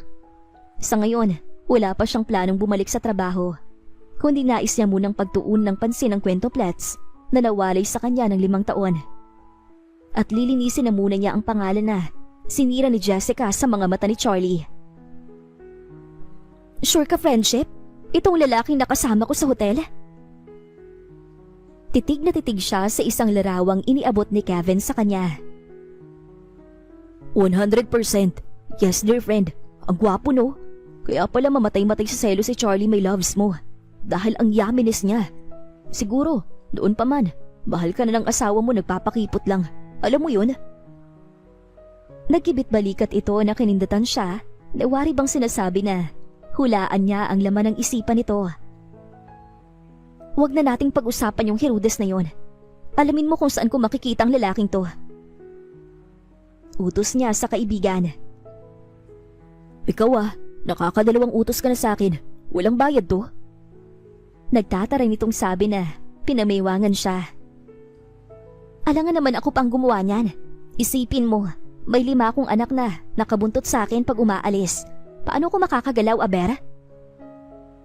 Ginaya niya rin ito at pinamiwangan. Umirap ito. Sige na nga, kung di lang kita love At kung hindi lang yami tong pinahahanap mo, ayoko talaga. Tuloy, di ko na maasikaso yung business ko. May panunumbat ang boses ni Kevin. Naglalambing niyang niyakap ang kaibigan para lang pagbigyan siya nito. Yakap na, ginantihan din naman ang kaibigan niya. Bakit mo niiyakap ang mami ko? Dagli niyang naitulak ang baklang kaibigan nang marinig ang munting tinig sa kanilang likuran. Si Arden yon at ang 4 pa nitong kapatid ay masamang nakatingin kay Kevin. Nagkatingin na naman silang dalawa sa maling iniisip ng kanyang mga anak. Mommy, bakit po kayo magkayakap ni Tito Kevin? Paano na si Daddy? Di pa siya nakakapagsalita nang balingan siya ni Rin at ito naman ang nagtanong. Oo nga po, Mommy. Love ka ni Daddy. Dapat po siyang kasama natin ngayon at hindi siya. Turo ni Queenie kay Kevin. Napataas naman ang isang kilay ni Kevin at akmang magsasalita nang biglang takpan ni Rona ang bibig ng best friend niya. Wala siyang tiwala rito at baka mamaya kung ano pang sabihin ng kaibigan sa mga anak niya. Ako nang bahala sa kanila. Umuwi ka na, best friend. Balitaan mo ako bukas sa lakad mo, okay? Pinandilatan niya ito at ipinagtulakan sa kotse para makauwi na. Napilitan naman ito at inirapan pa siya bago binalingan ang 5 bata na, bagaman masamang nakatingin kay Kevin, ay nginitian ang mga ito at kinawayan. Alam naman ng mga bata na kaibigan lamang niya si Kevin, pero walang alam ang 5 na babae ang puso nito. Mga anak, pumasok na tayo at matulog. Maaga pa tayo bukas para mamili ng gamit niyo sa school, okay? Agad niyang iginiya ang mga ito sa loob. Pero Mami, hindi niyo pa po tinutupad ang promise niyo sa amin na papupuntahin si Daddy dito. Nasaan na po siya? Malungkot na tanong ni Freya. Natigilan siya. Ilang araw na bang hinahanap ng mga ito si Charlie at nahihirapan na siya sa pagpapaliwanag. Umabot na sa puntong nagawa niya ng magsinungaling sa kanyang mga anak. Ang paliwanag niya sa mga ito ay busy lamang ang daddy nito, kaya hindi sila nadadalaw. At yun na yun pa rin ang kanyang nagiging palusot. Napansin niyo bang pagsisinungaling ni Mami sa atin? Ani Freya sa mga kapatid nang makalabas ang kanilang ina sa kwarto. Inakala marahil na tulog na sila. Patay na ang ilaw. Tanging lampshade na lang ang nagbibigay liwanag sa kanilang silid. Ang mga yaya nila ay nasa sariling silid na. Tama ka. Palagi niyang sinasabi na busy si Daddy. Ang mabuti pa, gawin natin ay ganito. At nagplano ang 5 bata sa kanilang gagawin upang magkita na muli ang kanilang mami at daddy. Maghahanap ng tiyempo si Freya upang makuha ang cellphone ng kanilang ina upang matawagan ang kanilang daddy. Yun ang naging plano ng 5 at ang kasabwat ay si Evan. Silang dalawa lang ang papasok sa kwarto habang sina Queenie, Rin at Arden ay aaliwi ng kanilang mami para di makahalata na gagamitin nila ang cellphone. Bago matulog ang 5 bata ay nagkasundo na ito sa kanilang gagawin. Kapag nagkaroon ng pagkakataon bukas ay tatawagan nila ang kanilang ama. Kinabukasan, nang magising ang mga bata, nakahanda na ang kanilang almusal. Nakabantay ang 3 yaya. Naroon din si Rona, maging si Inay Dolores. Mami, after po natin mag-break, ano pong gagawin natin? Malambing na tanong ni Queenie. Pupunta tayo sa mall, anak. Mamimili ng mga gamit nyo. Di ba nag-usap na tayo kagabi? Baling ni Rona sa mga anak. Disappointed na tumingin si Queenie sa mga kapatid. Nakalimutan na naman ng kanilang ina ang daddy nila. Okay po, Mami. Binalingan naman ni Rona ang tatlong yaya at sinabing sumama sa mall para may katuwang siya sa mga bata.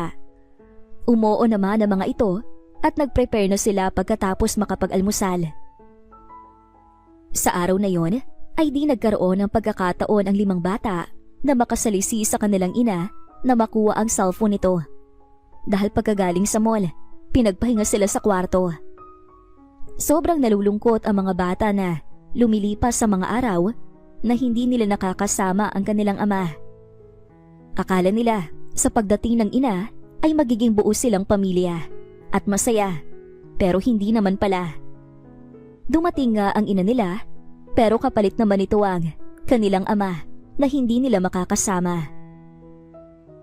Alam ni Rona na nangungulila ang kanyang mga anak sa ama, pero ang hindi alam ni Rona, may pinaplano ang mga ito. 1 linggo pa ang lumipas nang mapagdesisyonan na lang ni Queenie at ni Freya na puntahan ang kanilang daddy sa office. Tanda nila ang lugar dahil madalas ay dinadala sila rito.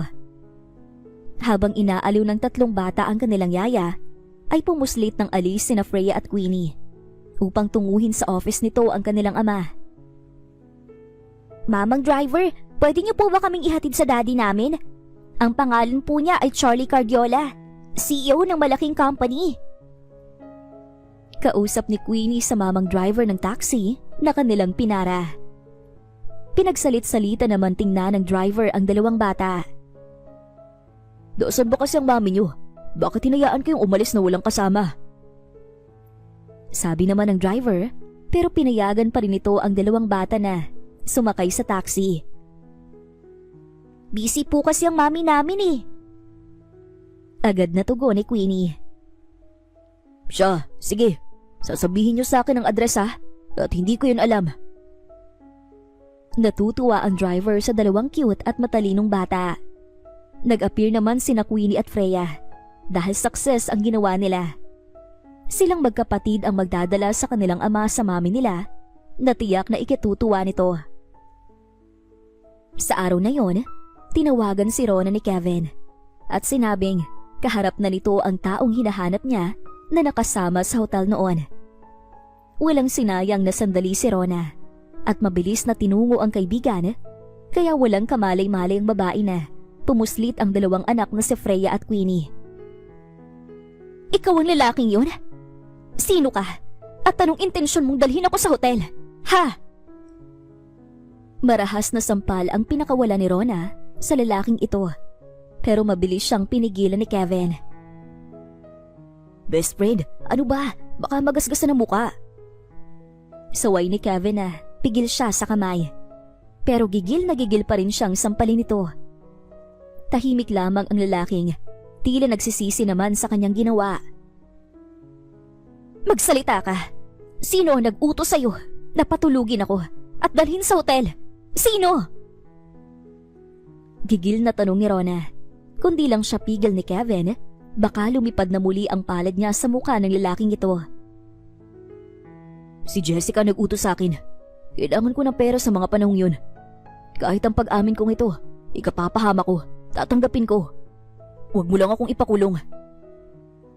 Saka pa nagsalita ang lalaki na nakikiusap sa kanya. Nang marinig ang pangalan ni Jessica, lalo siyang nanggalaiti sa matinding galit. Sinasabi na nga ba niyang si Jessica ang may pakana ng lahat? Hindi talaga siya nagkamali. Alam niya sa kanyang sarili na ito lang ang may galit sa kanya matapos siyang pakasalan ni Charlie noon. Mahal pa nito ang asawa niya kahit nakasal na sila ni Charlie at nagplano pa itong sirain sila. Naikuyom niya ang kanyang kamao. Alam mo bang dahil sa ginawa mo, nagdusa ako? Kinamumuhian ako ni Charlie. Itinakas niya sa akin ang mga anak ko. Galit niyang sigaw bago sinenyasan si Kevin na isakay sa kotse ang lalaking ito. Ihaharap niya ito kay Jessica ngayon din. Sumunod naman si Kevin na dinala ang lalaki sa loob ng kotse, habang si Rona ay tumuloy sa passenger seat. Dumiretso sila sa bahay ni Jessica. Siyempre, alam niya yon dahil minsan na siyang nakarating doon kasama si Charlie. Tanda niya nag-attend sila sa birthday ni Jessica. Yun yung time na di pa alam ng lalaki na may lihim siyang pagtingin dito. Pagdating, ay bumulaga sa kanila ang gulat na hitsura ni Jessica, lalo na nang makita ang lalaking kasama. Takot ang naghari sa puso nito nang maalala ang kanyang ginawang pag-untog dito. Teka, saan niyo ako dadalhin? Ano ba? Bitiwan mo kung babae ka. Leche ka talaga? Naguhumiyaw si Jessica habang hawak niya sa buhok at kinakaladkad papasok sa loob ng kotse ni Kevin. Ihaharap niya lang naman ang dalawang ito kay Charlie. Ito lang ang makakapagpanatag ng kanyang kalooban upang mawala ang galit sa puso niya. Ang malaman ni Charlie na kailanman hindi niya ito niloko. Samantala sa mga oras na yon, saktong huminto na ang taxi kung saan lulan sina Freya at Queenie sa harapan ng mataas na gusali na pagmamay-ari ni Charlie. Inihatid pa ito ng driver sa loob ng malaking building kung saan itinuturo ng dalawang bata kung saan ang office ng kanilang ama. Daddy! Sigaw ng dalawang bata saktong palabas sa office si Charlie. Gulat itong napatingin sa mga anak na tumatakbo palapit sa kanya. Kasama ang may edad na lalaki, sa tansya niya ay driver. Freya, Queenie, mga anak, nasaan ang mami niyo? Agad niyakap ni Charlie ang kanyang namiss na mga anak. Umaasa siyang kasama ng mga ito si Rona, pero nabigo siya. Nalaman niyang tumakas sa mga ito para puntahan siya. Daddy, bilisan niyo pong umuwi kasi po si Mami at Tito Kevin, naghag po silang dalawa. Sumbong ni Freya. Kumunot ang noo ni Charlie. Sino naman ang Kevin na ito? Bagong boyfriend ni Rona? Hindi siya papayag. Matapos magpasalamat sa mabuting taxi driver, ay agad nag-abot ng bayad bago dinala sa kanyang office ang dalawang anak. May meeting siya ngayon, pero tinawagan si Oliver upang ito muna ang pumalit sa kanya. Ano? Sa office mo ngayon sina Freya at Queenie? Di makapaniwala si Oliver nang ikwento ang nangyari ngayong umaga. Pwede bilisan mo na lang. Kailangan kong ibalik sina Queenie at Freya sa mami nila. Dahil alam kong nagwo-worry na to ngayon. Utos ni Oliver. Natuwa naman ito dahil hindi niya na kailangan pang hanapin si Rona dahil ang anak na mismo nito ang lumapit sa ama. Nang maibaba ni Charlie ang linya, sa kanya binalingan ang dalawang anak na behave na nakaupo sa sofa. Kids, mali ang ginawa niyong pagtakas sa mami niyo. Kahit natutuwa akong makita kayong dalawa, dapat nagpaalam kayo sa kanya. Pangaral niya sa dalawang anak. Pero daddy, palagi nagpa-promise si mami na pupuntahan ka namin, pero di niya po ginagawa. Busy daw po kayo. Nagsisinungaling siya sa amin. Kahit po busy kayo, alam namin na may time pa rin po kayo sa amin katulad dati. Naiiyak na sabi ni Freya. Daddy, pwede po ba bati na kayo ni mami? Gusto po namin na pareho kayo kasama. Pakiusap ni Queenie. Hindi masabi ni Charlie na yun din naman sana ang gusto niya. Kaso may nagawa siyang kasalanan sa ina ng mga ito at hindi pa siya napapatawad magpahanggang ngayon. Nangako na lamang siya sa dalawa na iuuwi ito sa mami nila kapag dumating si Oliver. Dahil dito, tuwang-tuwa ang dalawang bata na yumakap sa kanya. Rona anak, madali kang umuwi. Kanina pa nawawala sina Queenie at Freya. Di namin makita. Sabi ni Ivan, pinuntahan daw ng dalawang daddy nila.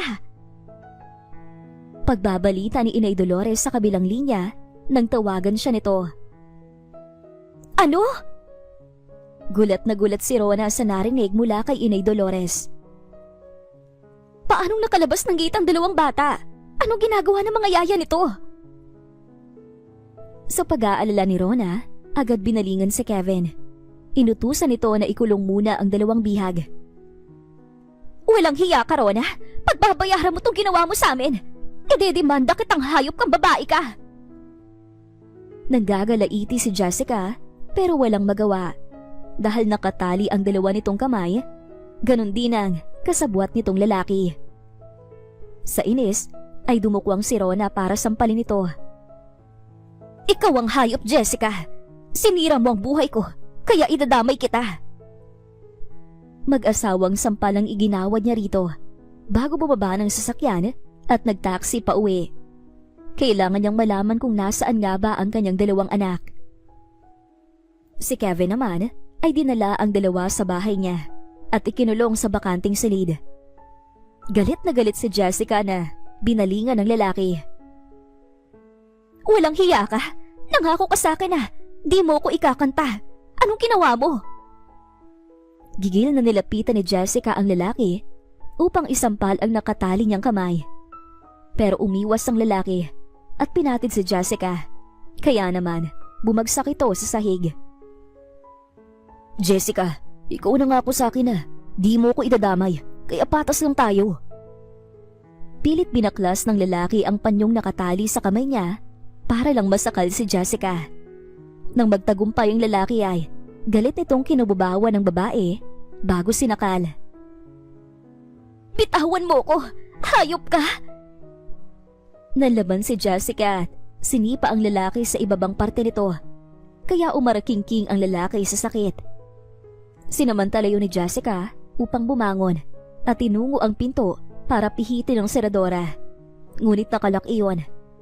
At kahit anong kalampag niya ay walang nagbukas rito. Huwag kang lalapit sa akin! Nagbabanta si Jessica nang makitang nakarecover na ang lalaki sa sakit matapos niyang sipain. Pero walang narinig ang lalaki. Inisang hakbang siya at pinilipit sa kanyang likuran ang dalawang kamay matapos nitong tanggalin ang tali. Marahas na napasigaw si Jessica nang hablutin ng lalaki ang damit niya, rason upang lumuwa ang kanyang harapan na natatabingan ng maliliit na tela. Wag! Malakas na sigaw ng babaeng nakadama ng takot, pero nauwi sa ungol nang takpan nito ng panyo ang bibig niya. Pagnanasa ang nakita ni Jessica sa mga mata ng lalaki. Pagkatapos nito, quits na tayo, Jessica. Bulong nito malapit sa kanyang tenga at isinagawa ng lalaki ang makamundong pagnanasa nito. Pagdating sa bahay ni Rona, agad sumalubong sa kanya si Inay Dolores na nag-aalala pa rin. Sinisisi nito ang tatlong yaya na hindi na nabantayan ng maayos ang dalawang bata, kaya nakapuslit. Ma'am, pasensya na ho. Nasa kwarto lang naman talaga yung dalawang bata habang nagliligpit kami sa kwarto. Paliwanag ni Yaya Rosie. Hindi naman niya magawang magalit dahil may pagkukulang din siya. Nilapitan niya ang tatlong anak. Evan, alam mo ba kung nasaan ang kapatid niyo? Sabihin niyo sa akin at nag-aalala ako. Paluhod siyang umupo sa harapan ni Evan at hinawakan ang kamay nito. Mommy, miss na po namin si Daddy, kaya po pinuntahan siya ni Queenie at Freya. Si Arden ang nagsalita nang di sumagot ang kapatid nitong tinanong niya. Napailing siya, puno ng pag-aalala. Mommy, bakit ba kayo nag-aaway ni Daddy? Umalis ka po ng matagal. Pagbalik mo, inalayo niyo naman po kami kay Daddy. Sana po pala, hindi na kami umuwi. Tahasang saad ni Rina na nagpatigil sa kanya. Nasaktan si Rona. Kaya nga po, Mami, sasama po ko kay Rin. Sumigunda naman si Arden. Hindi niya mapipigilan ng mga bata na wag mamiss ang ama ng mga ito dahil mas matagal na kasama ng kwentoplet si Charlie. Kaya kailangan niyang tanggapin kung anumang kinalabasan ng kanyang ginawa. Niyakap niya ang mga ito at nangakong dadalhin sa ama para makita ng tatlo ang ama. Pero sinabi ni Rina, hindi ito naniniwala sa kanya. Kaya mas lalong nasaktan si Rona. Okay, para maniwala kayo sa akin, ora mismo, pupuntahan natin ang daddy niyo.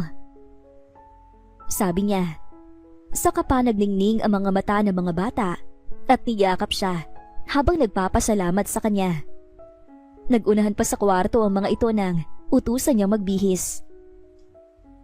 Napapabuntong hininga na lamang siyang sumulyap kay Inay Dolores na alam ang sakit na nararamdaman niya ngayon.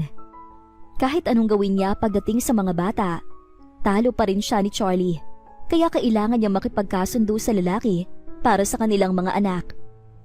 Matapos magbihis ng mga ito ay lumabas na silang apat ng gate. Tatawag pa lang sana siya ng taxi nang may pumaradang kotse sa kanilang harapan at dinig niya ang boses ni Queenie na tumawag sa kanya. "Mommy!" Kasabay ang pagbukas ng pinto na bumaba ito sa kotse, kasunod si Freya. Agad niyang sinalubong ang kanyang mga anak ng yakap at naiiyak siya sa pag-aalala. "Bakit hindi kayo nagpaalam sa akin?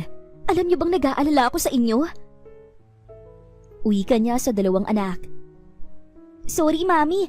Pinuntahan lang po namin si Daddy. Kaya simula po ngayon, palagi na po tayong magkakasama. Huwag na po kayong malungkot."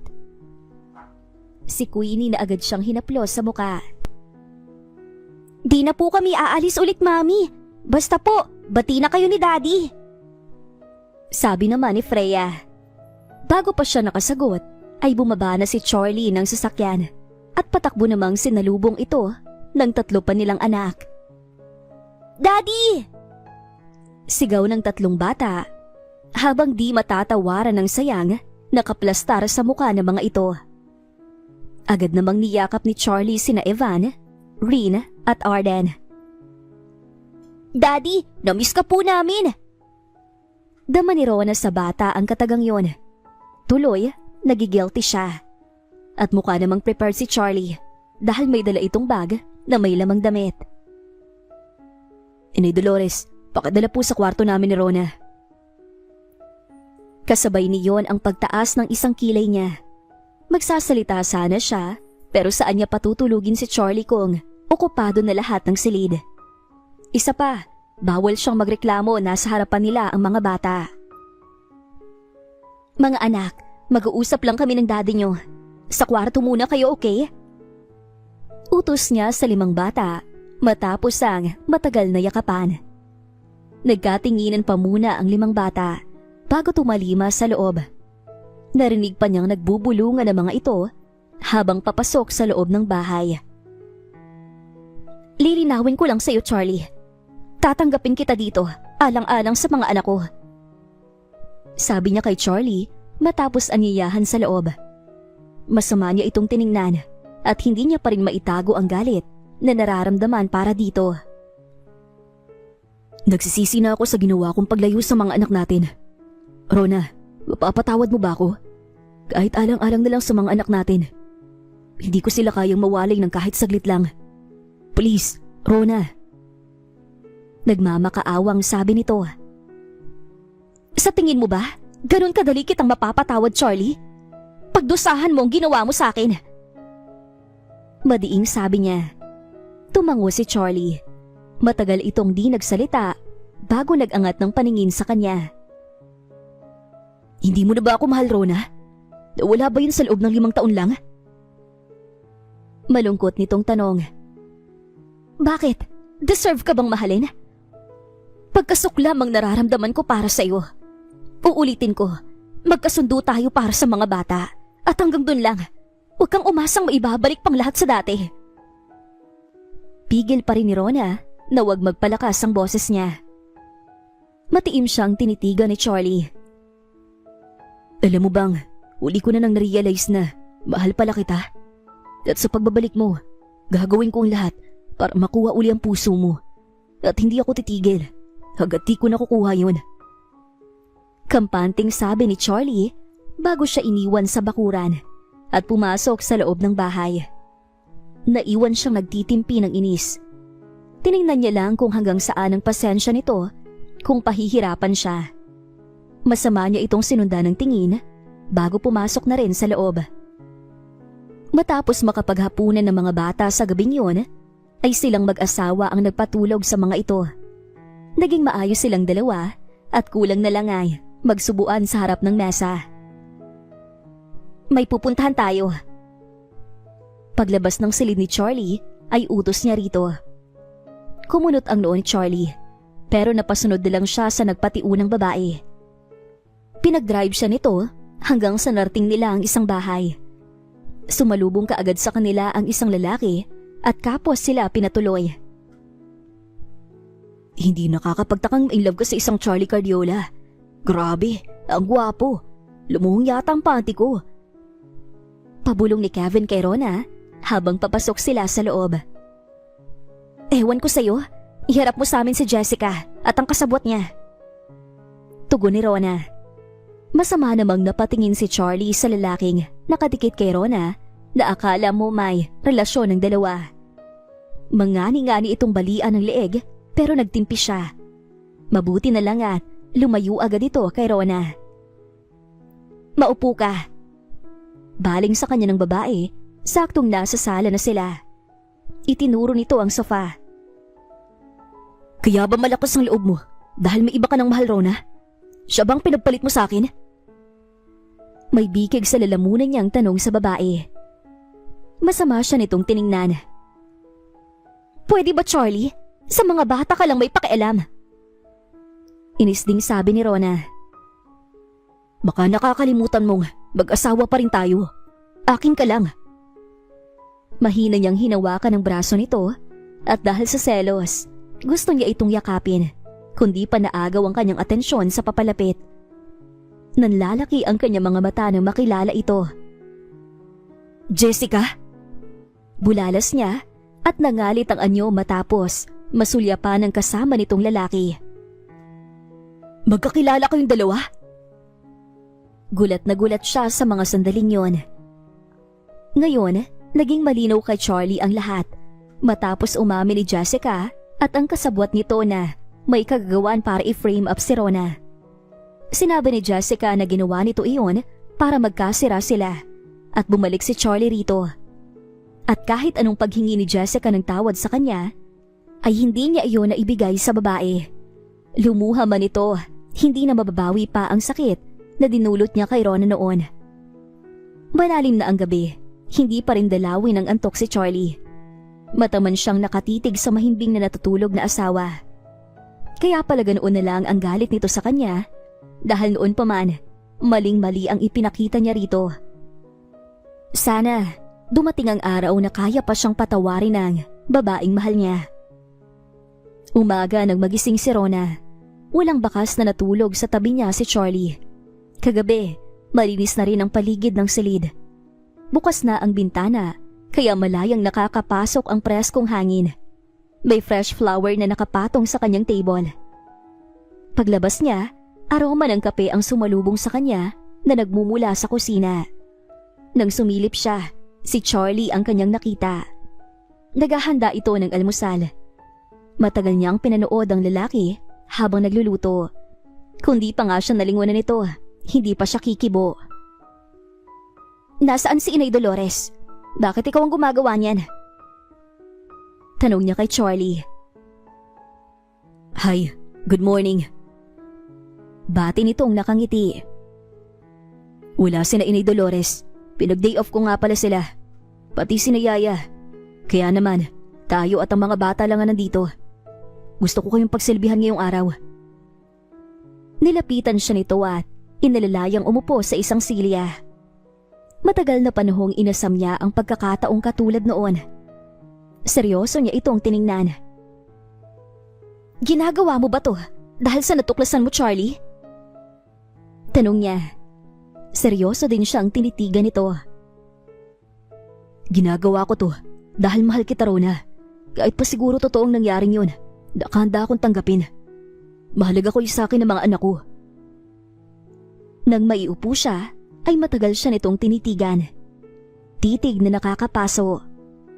Hindi nakapagsalita si Rona habang nakatulala sa asawa. Ganoon din si Charlie.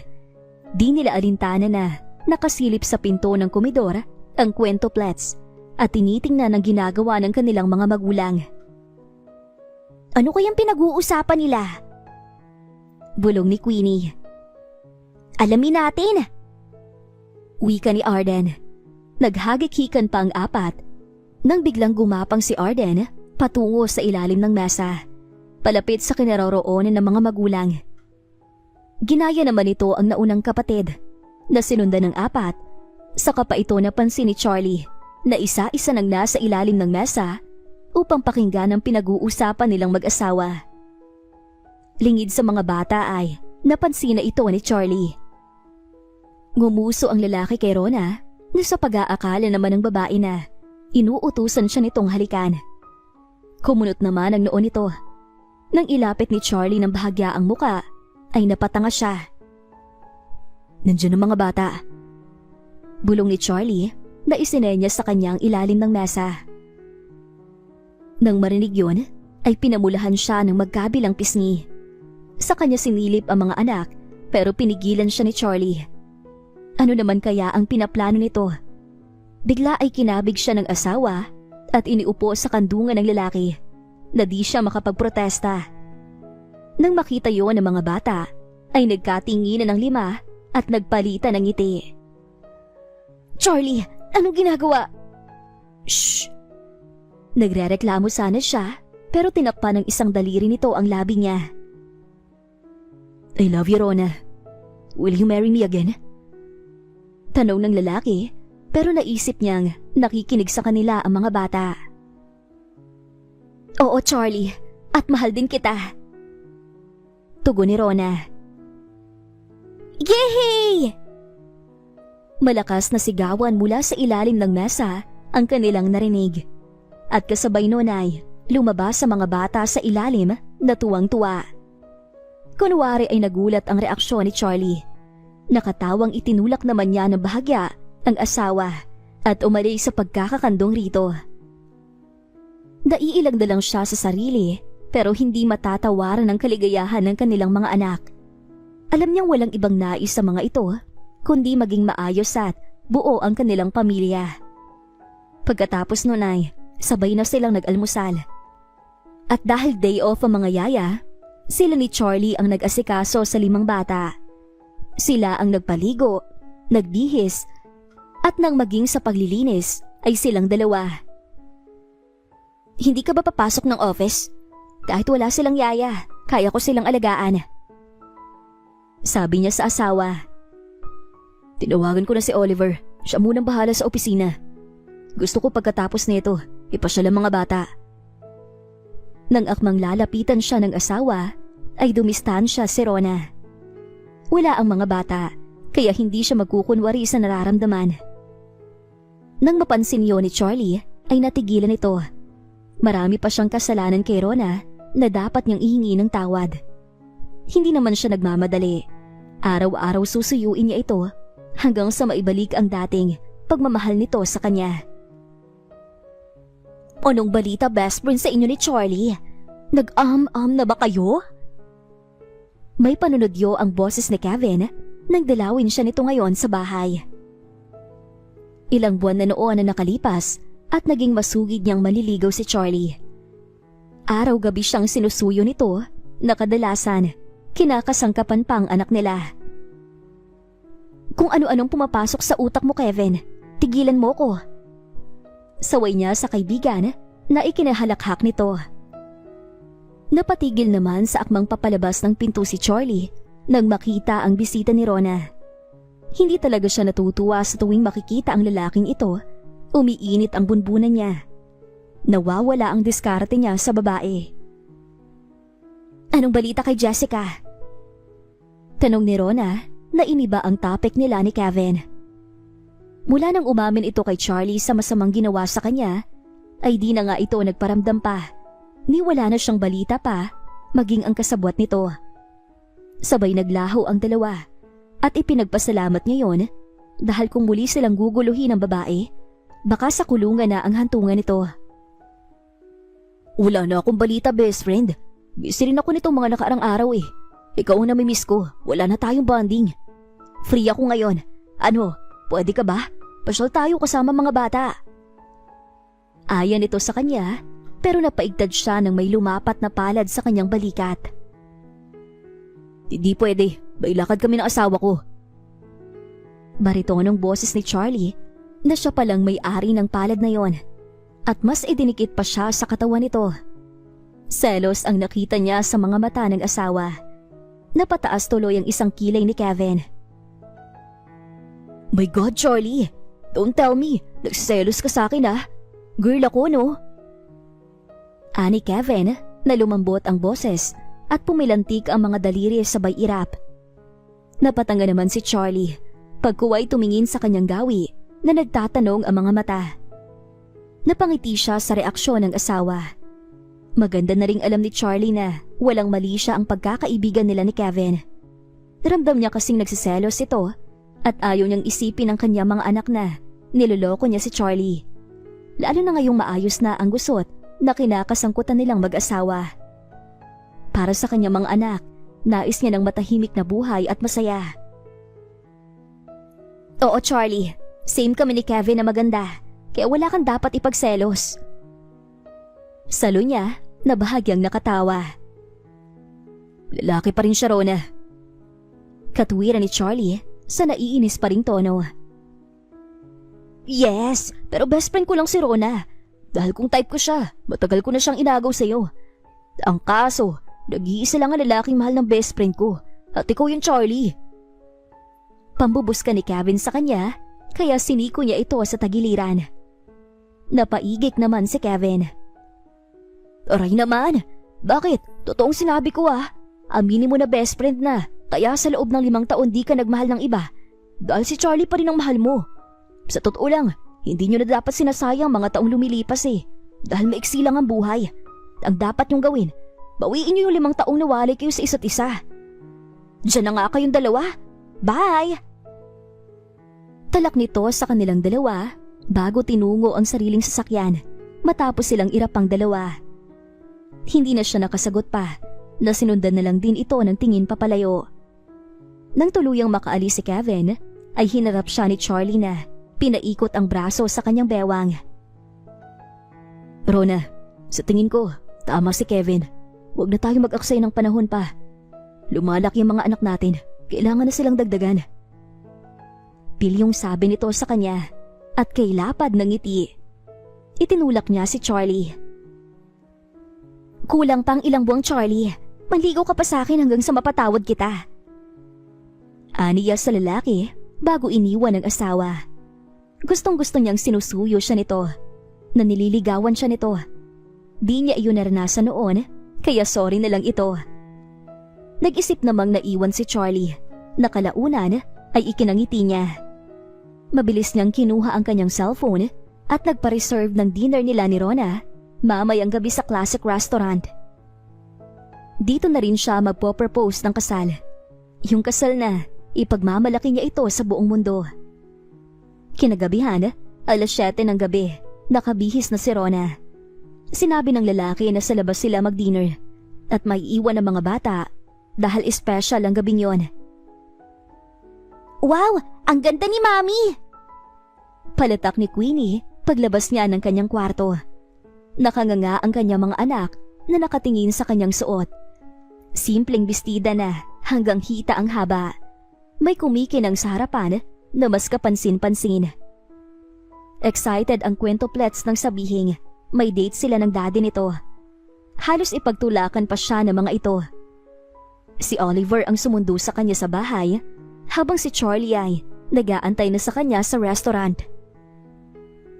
Thank you, Oliver. Saad niya sa kaibigan ni Charlie pagbaba niya ng kotse. Ginitian siya nito at inilalayang bumaba. Inihatid pa siya sa loob ng restaurant bago nagpaalam sa kanyang aalis na. Pagpasok sa loob ay may sumalubong sa kanyang stop ng restaurant at inihatid sa VIP room kung saan naroon ang kanyang asawang nag-aantay sa kanya. Pagbukas nito ng pinto ay agad siyang sinalubong. Pareho sila na nakatitig sa isa't isa na puno ng paghanga. Mabagal siya nitong nilapitan, kalaunan at inilalayan siyang umupo sa isang silya. Hope magustuhan mong dinner na to. Sabi nito bago sila nagsimulang kumain. First time silang nag-dinner ni Charlie ng ganito. Table for 2 with candlelight.